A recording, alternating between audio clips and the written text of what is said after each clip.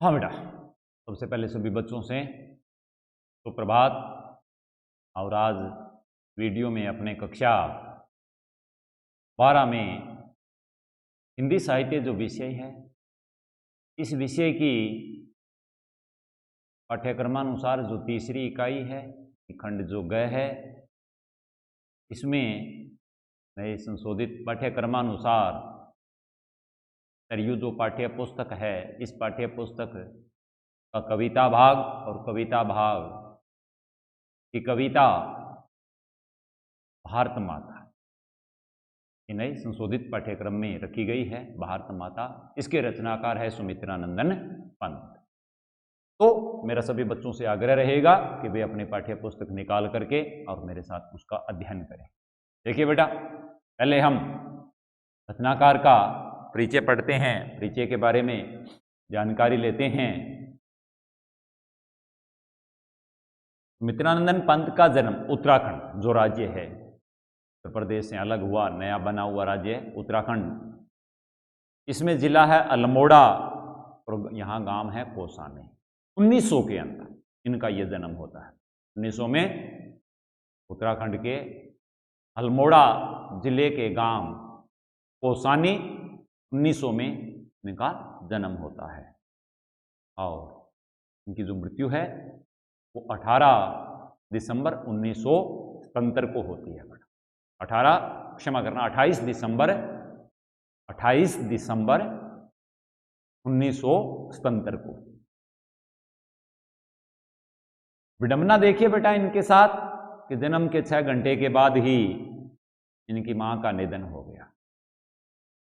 दुर्भाग्य ही रहा है, पूर्णतः शिशु थे बेटा, ये जन्म ही लिया था, जन्म के 6 घंटे के बाद इनकी मां का निधन हो गया। पहले जो इनका शुरू का जो नाम था वो था गुसाई दत्त रखा गया। शुरुआती नाम, बचपन का शुरुआत में जो नाम रखा गया वो नाम था गुसाई दत्त। उसके बाद में प्रारंभिक जो इनकी शिक्षा थी वह वहीं अल्मोड़ा में हुई। प्रारंभिक शिक्षा सुमित्रानंदन पंत की अल्मोड़ा में हुई। नहीं, पूरा जो उस समय इनका बचपन का नाम यही चल रहा था, गुसाई दत्त। 1918 में मंझले भाई के, बीच वाले भाई के साथ ये काशी आकर यानी बनारस में और क्वींस कॉलेज से माध्यमिक शिक्षा उत्तीर्ण की। क्वींस कॉलेज से माध्यमिक शिक्षा पास कर ली इन्होंने। इसके बाद ये इलाहाबाद आ गए, उत्तर प्रदेश में ही है, इलाहाबाद आ गए। और बाद में इन्होंने अपना नाम फिर गुसाई दत्त से अलग दूसरा नाम क्या रख लिया, सुमित्रानंदन पंत। ये नाम इनको भा गया, अच्छा लगा, ये रख लिया। 1921 में असहयोग आंदोलन, महात्मा गांधी जी के संपर्क में आए और असहयोग आंदोलन में भाग लिया। और गांधी जी के प्रभाव से महाविद्यालय इन्होंने छोड़ दिया और घर रहकर ही हिंदी, संस्कृत, अंग्रेजी और बांग्ला इन भाषाओं का अध्ययन करने लगे। गांधी जी से बहुत ज़्यादा प्रभावित हुए और इनसे प्रभावित होकर के इन्होंने हिंदी, संस्कृत, अंग्रेजी और बांग्ला जो भाषा है उसका अध्ययन घर पर शुरू कर दिया। इलाहाबाद आकाशवाणी में शुरुआती दिनों में सलाहकार के रूप में काम किया। इलाहाबाद में जो आकाशवाणी केंद्र था, जहाँ रेडियो के लिए कार्यक्रम प्रसारित होते हैं, तो आकाशवाणी केंद्र में ये सलाहकार के पद पर इन्होंने काम किया। अल्मोड़ा की प्राकृतिक सुषमा, सुषमा का मतलब सुंदरता बेटा, पर्वतीय प्रदेश है, पर्वतीय प्रदेशों में प्रकृति की बड़ी मेहरबानी रही है, क्योंकि यहाँ की जो प्राकृतिक सुंदरता होती है वो निराली होती है। इनको देख करके ऐसा लगता है कि स्वर्ग यहीं है बेटा। अभी तो सैलानी यहाँ पर्यटक बन करके घूमने के लिए जाते हैं, यहाँ की वादियों का, यहाँ की सुंदरता का, यहाँ की घाटियाँ है, यहाँ की जो भूमि है, यहाँ का जो सौंदर्य है, उसका सुख भोगने के लिए। तो प्राकृतिक सुषमा बचपन से ही पंत को प्रभावित कर रही, बचपन से ही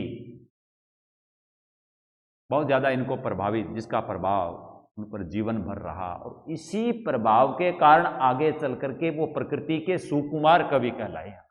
यानी जितना प्रकृति का सुंदर सजीव मार्मिक चित्रण मित्रानंदन पंत ने किया है, उसके तुल्य कोई नहीं है। यद्यपि ये छायावाद के प्रमुख 4 स्तंभों में से एक है, लेकिन प्रकृति के भी ये सुकुमार कवि माने जाते हैं। जितना सुंदर सुखद वर्णन प्रकृति का मित्रानंदन ने किया है, उसके तुल्य और कोई नहीं है। देखिए बेटा, एक हैरानी वाली बात है कि जब ये 4th क्लास में थे, तभी इन्होंने कविता लिखनी शुरू कर दी। 4th कक्षा का बालक कितना सा होता है? छोटा सा ही होता है। 1916 में, 1900 में तो जन्म होता है, 16 का मतलब 16 वर्ष में, 16 वर्ष के हुए हैं बेटा ये। में लिखी गिरजे का घंटा शीर्षक कविता उनकी प्रथम कविता मानी जाती है। ये सुमित्रानंदन पंत की पहली कविता 1916 में गिरजे का घंटा, गिरजे का घंटा, ये इनकी पहली कविता मानी जाती है। कवि की रचना यात्रा को 4 चरणों में बांटा जा सकता है, क्योंकि रचनात्मक जो संसार है उसको 4 भागों में बांटा जा सकता है। कि मित्रानंदन पंत का जो रचनात्मक संसार है, रचनात्मक दुनिया है, उसको 4 भागों में बांटा जा सकता है। प्रथम, उच्छ्वास से लेकर गुंजन तक की कविता, उच्छ्वास रचना से लेकर के गुंजन तक की कविताएं आ जाती है पहले में। भाव एवं सौंदर्य से भरपूर है, इसमें भावनाएं और सौंदर्य की भरमार है। गुंजन काल की रचनाओं में जीवन विकास से, गुंजन की रचनाओं में जीवन विकास के सत्य पर पंत का अटल विश्वास झलकता है। गुंजन काल, गुंजन की जो रचनाएं हैं, इसमें जीवन विकास के सत्य पर पंत का अटूट अटल जो विश्वास है वो प्रकट होता है। प्रमुख संग्रह इनके उच्छ्वास, ये 1920 में, ग्रंथि ये भी 1920 में, वीणा 1927 में, पल्लव 1928 में और गुंजन 1932 में। ये प्रथम चरण है रचनात्मक संसार का। पहला काल कह दो, पहला चरण कह दो, पहला सोपान कह दो। अब दूसरा चरण, इसमें कवि की कविताएं नवीन जीवन तथा युग परिवर्तन की धारणा को, दूसरा जो काल है, इस काल में कवि की कविताएं नवीन जीवन, नया जीवन तथा युग परिवर्तन, हमें जो बदला है, युग परिवर्तन की धारणा को सामाजिक रूप देने की कोशिश करती दिखाई देती है। नवीन जीवन, नया जीवन और युग परिवर्तन, युग के अनुसार जो परिवर्तन की जो धारणा को सामाजिक रूप देने की कोशिश की गई है। कविताओं पर प्रगतिवाद एवं मार्क्सवाद का प्रभाव दिखाई देता है, क्योंकि ये जो दौर था, ये दौर था बेटा देश को आज़ाद करवाने का। इस समय कई आंदोलन देश में चल रहे थे, तो उन पर इनका प्रभाव प्रगतिवाद और मार्क्स का झलकता है।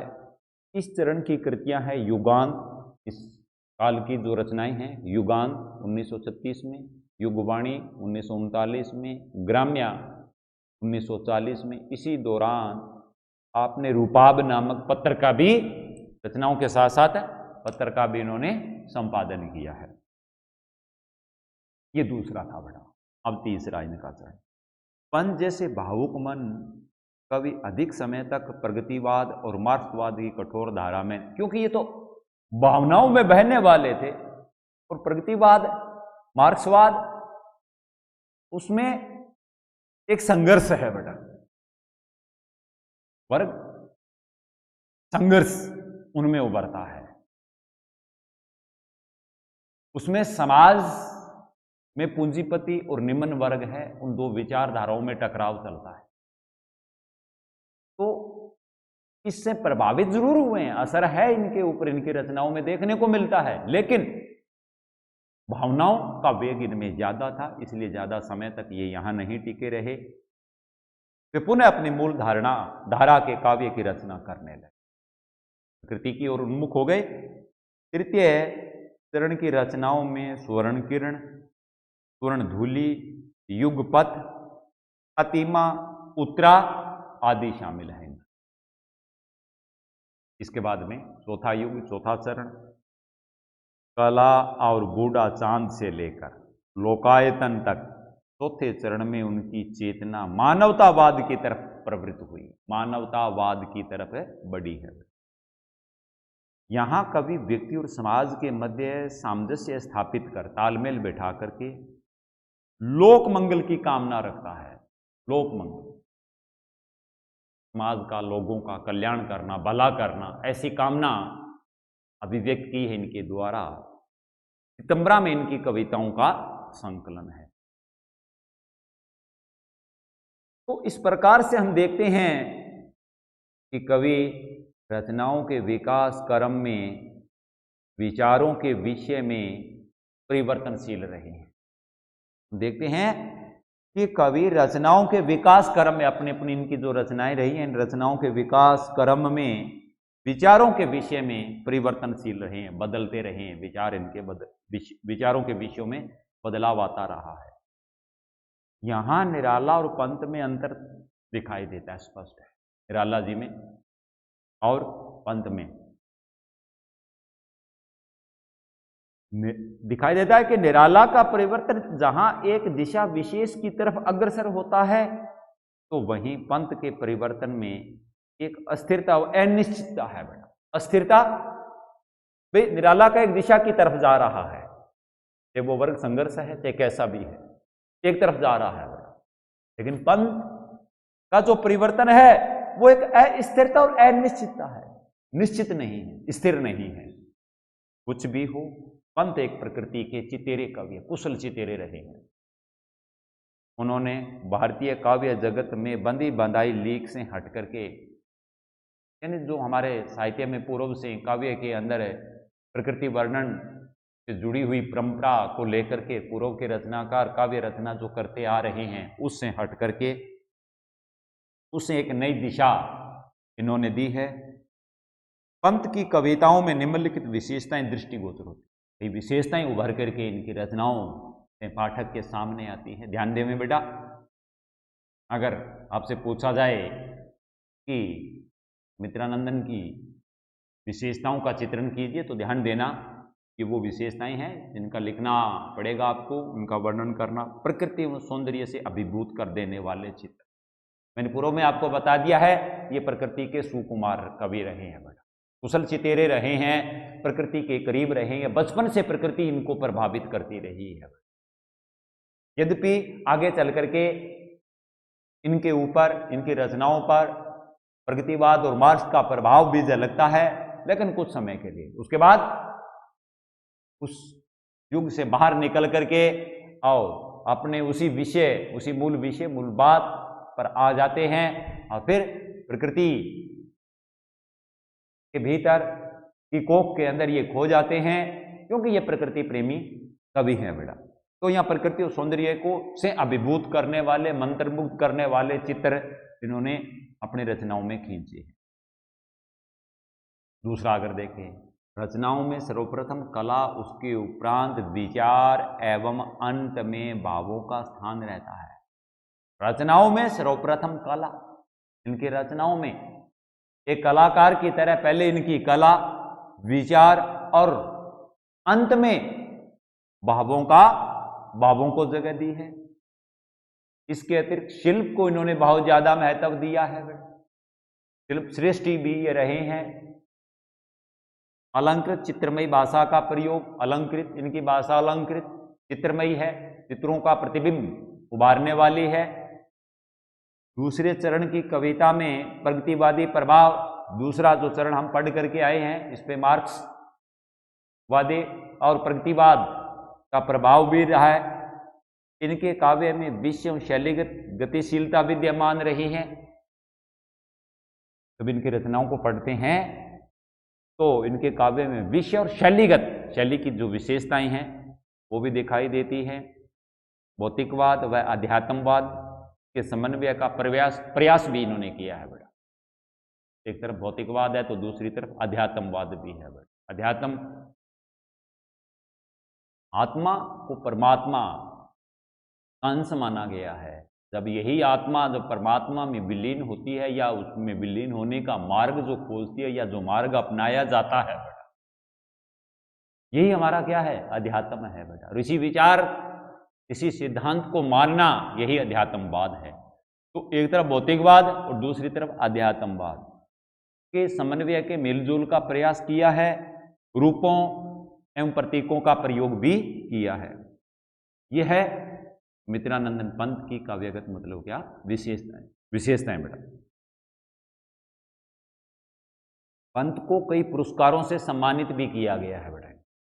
कई तरह के पुरस्कार भी इनको मिले हैं, जैसे पद्म भूषण, ये 1961 में। ज्ञानपीठ साहित्य के क्षेत्र में ये बड़ा पुरस्कार है बेटा, ये 1968 में मिला।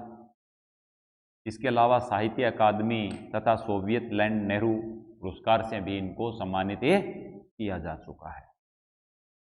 ये था मित्रानंदन पंत का व्यक्तित्व और कृतित्व, जिसके बारे में हमने पढ़ा है। तो आपको ध्यान होना चाहिए बेटा, पूर्व में मैंने बताया भी था, प्रश्न पत्र का जो तरीका है उसमें किसी भी प्रकार का कोई परिवर्तन नहीं है बेटा। वो पूर्व में जैसे था, जैसे आपको पूर्व के अंदर बताया गया है, उसी तरह से आएगा। मेरे कहने का तात्पर्य है कि कवि या लेखक से जुड़ा हुआ एक प्रश्न आएगा बेटा। कवि अथवा लेखक का परिचय, इससे जुड़ा हुआ प्रश्न आएगा बेटा। तो हमें रचनाकारों का, चाहे वो लेखक है चाहे वो कवि है, उसके बारे में जानना जरूरी है बेटा। इसीलिए आपको पाठ पढ़ाने से पूर्व कवि का या लेखक है तो लेखक का परिचय पढ़ाया जाता है, उस पर चर्चा की जाती है बेटा। तो यहां मेरा बच्चों से आग्रह रहेगा कि बच्चे मेरी इस बात को ध्यान से सुने और इस पर अमल करें। रचनाकार का परिचय है, उसको याद रखें बेटा। ये नहीं है कि हमने पढ़ लिया और एक बार उसके बारे में जान लिया और फिर उसको छोड़ दिया, अनदेखी कर दी। नहीं बेटा, ऐसा नहीं करना है। ये प्रश्न आएगा बेटा और इसका उत्तर आपको लिखना ही होगा। इसलिए बार बार मैं आपसे आग्रह कर रहा हूं कि जो भी बात आपको बताई जाती है उस पर ध्यान दें बेटा। अब आगे अपने बात करते हैं बेटा पाठ परिचय से। जैसे ये भारत माता हमारी रचना है, इस अध्याय में कवि पंत की 2 कविताओं को लिया गया है। आगे ये पाठ है, इसमें 2 है, एक तो भारत माता और दूसरी है धरती कितना देती है। ये 2 रचनाएं हैं यहाँ। पहले जो कविता है भारत माता, ये ग्राम्य नामक कविता संग्रह से ली गई है। पंत का जो ग्राम्य नामक कविता संग्रह है, इसमें से इसको लिया गया है। और इसमें स्वतंत्रता से पहले हमारा जो भारतीय समाज था, हमारे इस भारतीय समाज का जो रूप था, विशेष करके ग्रामीण क्षेत्र में, गांवों में भारतीय समाज का, यानी ग्रामीण क्षेत्रों में भारतीय समाज का जो रूप था उसका चित्रण हुआ है बेटा, चित्रवत। क्योंकि देखिए बेटा, ये एक ऐसे रचनाकार है अपनी शब्दावली के द्वारा पाठक के सामने ऐसे चित्र उपस्थित करते हैं कि पाठक उनको पढ़ करके और मंत्रमुग्ध हो जाता है। तो यहां स्वतंत्रता से पूर्व ग्रामीण जीवन के यथार्थ चित्रण, वास्तविक चित्रण है। ग्रामीण जीवन दरिद्रता के अभिशाप से, उस समय आज की तरह समाज की दशा नहीं थी बेटा, हालात आज जैसे नहीं थे। सबसे बड़ी विडंबना तो यह थी कि हम अंग्रेजों के गुलाम थे। दूसरी बात, जमींदारी प्रथा थी, सामान थे जो हमारा शोषण करते थे। इसके अलावा ज्ञान, विज्ञान, तकनीक, इन सब का अभाव था। अनपढ़ बोले वाले ग्रामीण लोग थे। थोड़ी बहुत खेती होती वो वर्षा पर निर्भर होती थी। वर्षा हो जाती, खाने के लिए दाने हो जाते, अन्यथा अकाल पड़ता, भुखमरी, बेरोजगारी ज़्यादा थी बेटा। धीरे धीरे देश आज़ाद हुआ। आज़ादी के बाद में सिंचाई के साधनों का प्रयोग किया जाने लगा। नहरें निकाली गई, धरती से जल का दोहन किया गया, उन्नत बीज तैयार किए गए, अच्छी खादें, रासायनिक उर्वरक, इसके अलावा रोगनाशक दवाओं का प्रयोग किया जाने लगा। खेतीबाड़ी के नए नए तौर तरीके किसानों के द्वारा अपनाए जाने लगे। उत्पादन बढ़ा। जैसे उत्पादन बढ़ने लगा, ग्रामीण जनजीवन में परिवर्तन आने दिखाई देने लगा। कहीं आप सोच रहे हो कि जैसा अब है वैसा होगा, नहीं बेटा, ऐसा नहीं था। गरीबी के अभिशाप से ग्रस्त थी, गरीबी ज्यादा थी, एक अभिशाप इससे पीड़ित थी। कवि ने प्रतीक रूप में भारत माता को ग्रामवासिनी बताकर भारत की दुर्दशा का वर्णन, प्रतीक के रूप में कवि ने, प्रतीक के रूप में कवि ने भारत माता को ग्रामवासिनी बताकर, गांव में निवास करने वाले, गांव में बसने वाले, वहां रहने वाले, असली जो भारत माता है वो इन्हीं ग्रामीण लोगों के रूप में गांव में निवास करती है। ये जो लोग घूम रहे हैं, फिर रहे हैं, काम कर रहे हैं गांव के अंदर, यही तो असल के अंदर भारत माता है। ये उसी भारत माता का प्रतीक स्वरूप है। भारत के साथ ही दुर्दशा है उसका चित्रण हुआ है, परंतु कवि निराश न होकर आशा से भरपूर रहता है। कवि की सोच है वो आशावादी है, इसलिए वो निराश नहीं होता है। दूसरी कविता धरती कितना देती है, भाग्यवादी दर्शन पर आधारित है, भाग्यवादी सोच पर आधारित है, इनका विचार है। इसमें रचनाकार ने स्पष्ट किया है कि जैसा कर्म होगा वैसा ही फल प्राप्त होगा। हम जैसा कर्म करेंगे, जैसा धरती के भीतर बोएंगे, वैसा ही हम काटेंगे। अतः व्यक्ति को स्वार्थ, लोभ के वशीभूत होकर कोई ऐसा कार्य नहीं करना चाहिए जिसका परिणाम अच्छा नहीं। इससे प्रेरणा दी गई है, त्याग की भावना है। धरती माता पुत्रों के, माँ के समान अपनी संतान का, जैसे माँ अपने संतान का पालन पोषण करती है, ठीक इसी प्रकार से धरती माता है वो इस पर रहने वाले असंख्य लोगों का पेट भरने के लिए अन्न पैदा करती है। जल, सब कुछ इसी धरती पर उपलब्ध है। जैसे माँ अपनी संतान की देख रेख करती है, उनका पालन पोषण करती है, जैसे एक माँ को अपनी संतान की चिंता होती है, ठीक इसी प्रकार से धरती माता को चिंता है।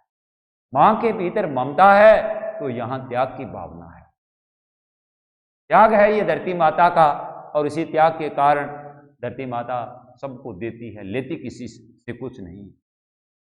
हमें स्वार्थ और लोभ के वशीभूत होकर के कोई काम नहीं करना चाहिए, हमेशा निस्वार्थ की भावना होनी चाहिए। धरती माता जो कुछ देती है स्वार्थ के वशीभूत होकर के नहीं देती, निस्वार्थ। हमें भी निस्वार्थी बनना है, हमें त्याग की भावना जीवन में अपनाना है। हमें दूसरों को देना है, दूसरों को लेना नहीं है। हमें इस प्रकार से इन गुणों को, इन मानवीय गुणों को अपना करके और दूसरों के लिए समाज के अंदर अपने आप को स्थापित करना है। तो बेटा इस वीडियो में इतना ही। अगली जो वीडियो आएगी उसके अंदर मूल जो पाठ है उस मूल पाठ की अपने व्याख्या पढ़ेंगे। तब तक के लिए धन्यवाद।